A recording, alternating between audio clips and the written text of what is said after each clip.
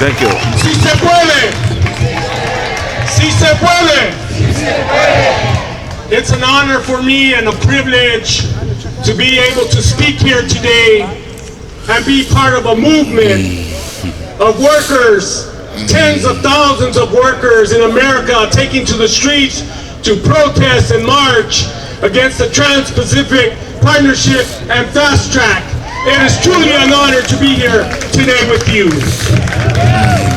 On behalf of PECUN, the Oregon Farm Workers Union, we stand shoulder to shoulder and walk hand in hand in our efforts to defeat Fast Track and to bring justice to the American workers and to workers abroad who are affected by free trade agreements launched by international corporations based in this country. Si se puede. All the trade agreements that I know about, from NAFTA to CAFTA-DR to all the agreements, are nothing short, have been economic disaster and has brought suffering and misery to workers in America and to workers abroad. The free trade agreement like NAFTA and CAFTA-DR are the cause of illegal immigration, have been one of the major causes of illegal immigration into this country. Because those workers that are working in the South and those small growers cannot compete and are forced to migrate into this country as undocumented workers and treated and work in substandard conditions when they get to the United States. In Oregon, we've lost, the agricultural industry has lost 60% of our ability to produce crops. They have literally gone south. We don't grow cucumbers in Oregon no more. They're grown in Sri Lanka and India and shipped over here. And those workers over there are getting paid a few dollars a day and being super exploited. We don't grow raspberries anymore like we used to. They're grown in Chile. We've lost 80% of our strawberries in the state of Oregon. They're grown in Mexico. So to me, free trade has been nothing but a disaster to the working people in our country and outside this country. To me, we don't need a new free trade agreement. We need to raise the minimum wage.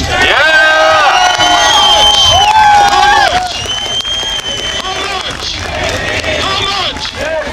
When do we want it? Now. When do we want it? Now. 15 now. 15 now. 15 now. 15 now. That's right, brothers and sisters. We don't need free trade. We need to raise the minimum wage. We don't need fast track. We need the Oregon delegation, congressional delegation, pushing for a national law to pay paid sick leave for our people and for our workers. Workers who are put food on our table are not given the same rights that every other worker has in this country. We've waited too long. It's gotta stop. This struggle, brothers and sisters, is not about stopping free trade. It's not about stopping fast track. I'll tell you, it's about defending our interests as working people in this country. That's what it's all about. We have two choices. One, do we allow the Trans-Pacific Partnership and Fast Track to happen? Do we allow it to happen? Because if we do, what we're doing is condemning our children to a life of exploitation and misery. Are we going to allow that to happen? Hell no! Our other choice is that we fight back. Are we going to fight back? Fight back now! Fight back now! Fight back now! Fight back now! Fight back now! Fight back now! I'm going to say, hell yeah, we're going to fight back. We're going to fight back in the tradition of our brothers and sisters who gave up their lives in Haymarket Square in Chicago. We're going to fight back like our brothers and sisters who were longshore on that day, on that bloody Sunday, July 5th, where they were massacred on the docks of the San Francisco Bay Area. We're gonna fight back like them. And then we're gonna fight back like those tens of thousands of farm workers in Baja California that worked in the strawberries that we eat, that went on a month-long strike against those very companies that left Oregon to go exploit workers in Mexico. Those workers said, ya basta, we had enough. We had enough. And just in closing, that's how we're gonna fight back. But that struggle that happened in Baja California is a historical struggle because the majority of those farm workers that went out on strike were indigenous farm workers from the state of Oaxaca that don't even speak Spanish. They speak 16, 20 different indigenous languages. But the beauty of this, and that's why we're gonna win, because it was through the solidarity of the United Farm Workers Union of America led by Cesar Chavez and the FMLCIO Solidarity Centers in Mexico that educated and organized and gave direction to that movement. And when those workers started talking about an international boycott of strawberries, those growers went to the bargaining table with our help. That's called union worker solidarity. Sí se puede. Thank you, Ramon. Always inspirational. Hey, one other little rule. Don't leave your bags unattended. Next up, we're going to hear about how the TPP is dangerous to consumer safety from Julia DeGraw, Senior Organizer at Food and Water Watch.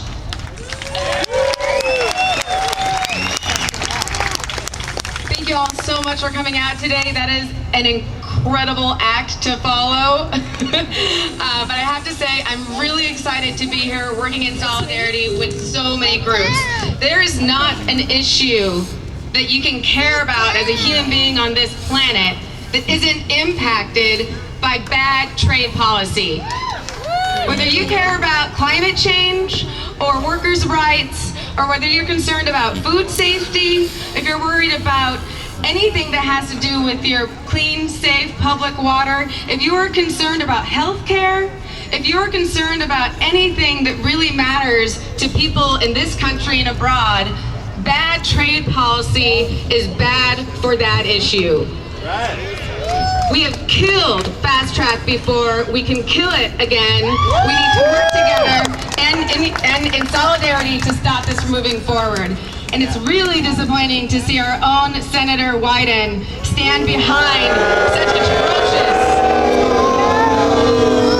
anti-democratic trade policies. Fast track is the weakest thing that our Congress can possibly do, and this is why we're going to win. Food and Water Watch works in unity with a lot of organizations to make sure that we build up the people power in this country at the local, regional, and eventually national level so we can fix our food and water systems so that they work for people, not for corporations. Whether it's fighting for GMO labeling here in Oregon, or whether it's fighting for public water rights in Detroit, no matter what we do across the nation, we are building local democratic power to take our systems back for the people. All of those decisions, all of these wins that we have at the local and state level can be challenged by the TPP. This is not something we can stand by and let happen. If we want to build solutions in our own country for our own workers, if we want to have food systems that work for us and raise the standard internationally for workers' rights and for food safety and for everything that matters, if you want to actually get impact on climate change issues, we cannot allow bad trade policy to pass through the Congress.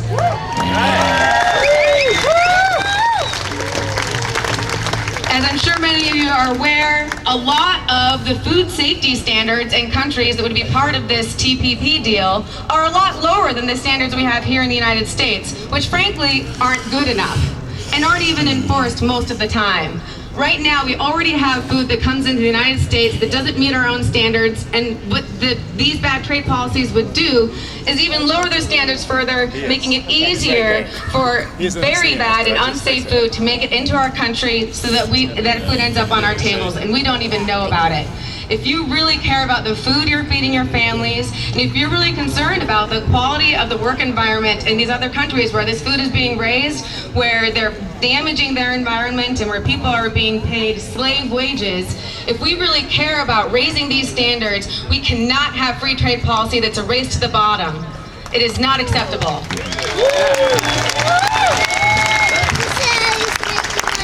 I just want to wrap up by saying, once again, that we have won on bad trade deals in the past. We have killed fast track in the past. And we absolutely can do it again. But it's only going to work if we all stand in solidarity to stop the fast track. Thank you so much. Julia. Next up, we're honored to hear from our very own Labor Commissioner, Brad Avakian.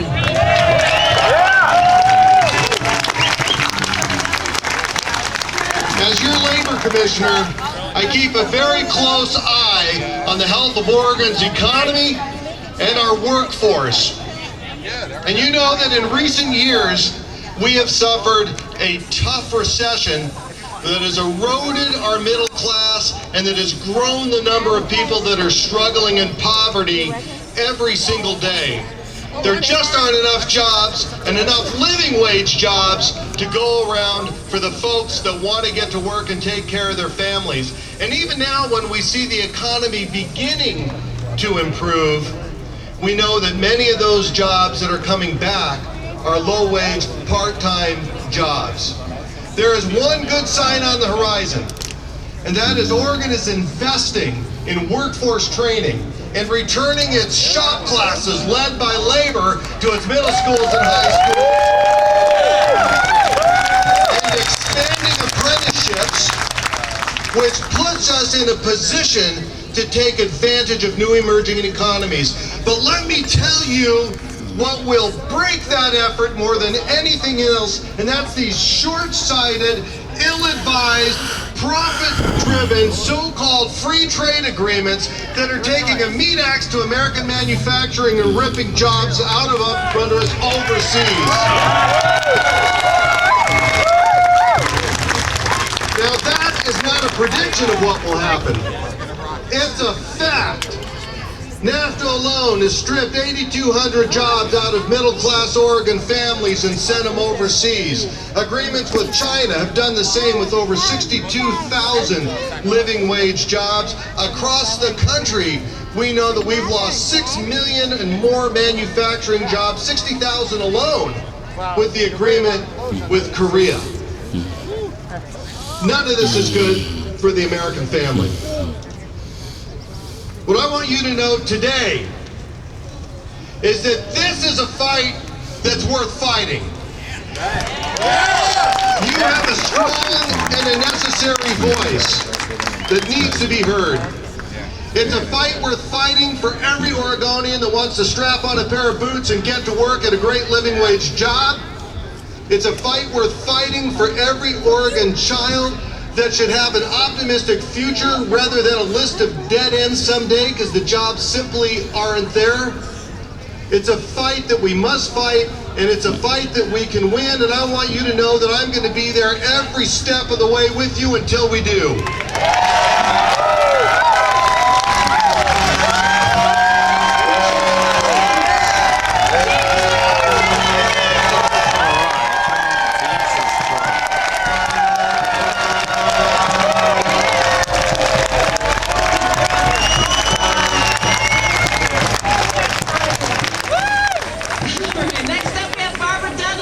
Co-founder of the Oregon Working Families Party, senior fellow at Portland State University, and outspoken advocate for fair trade.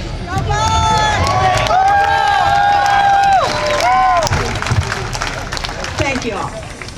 I want to talk a little bit more about our Senator Ron Wyden.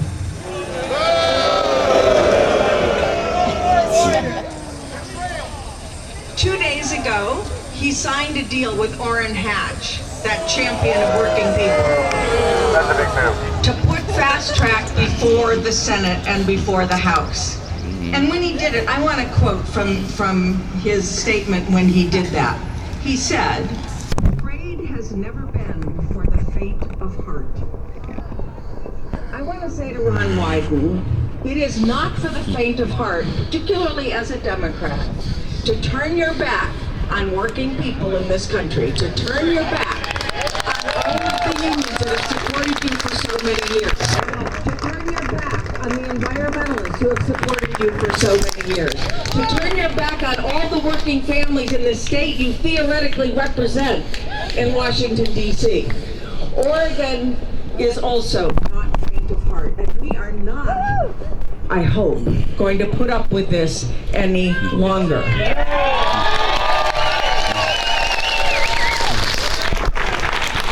There were some other things that Wyden said that I thought I might just go over with you, just so you have answers when you're talking to your Uncle Henry about what's wrong with the TPP. First of all, Wyden says this one's better than the other deals because it protects free speech on the internet. It prohibits censorship on the internet. Now, I just want to say one thing. Remember that fight for net neutrality that Ron Wyden led just a few weeks ago? One of the things about the TPP, at least assuming it's like all the preceding trade agreements, which there's no doubt that it is that it allows corporations, that would be internet service providers, to sue countries that impede their profits through non-tariff barriers on trade. Know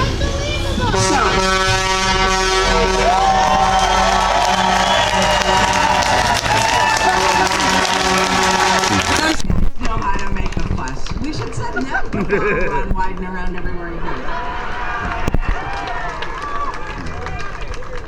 The next thing he said is that to make up for the fact that we're going to fast track this trade agreement, we are going to extend trade adjustment assistance from just manufacturing workers to include service workers. Now think about that for a minute. Why is that necessary? Because this trade agreement is going to screw service workers the same way the last ones have screwed all the manufacturing workers.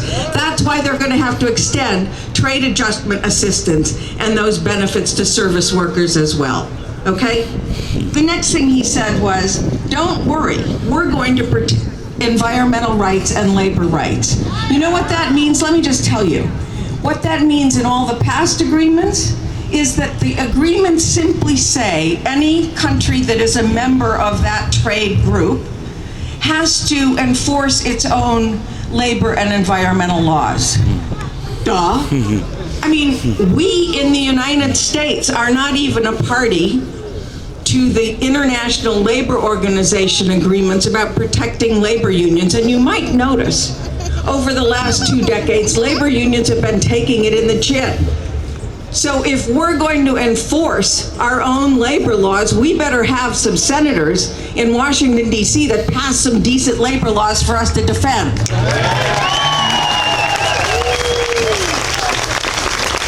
But there's one other thing I want you to pay attention to. We have been making threats in the labor movement and elsewhere, the Working Families Party, against Ron Wyden. We better be serious.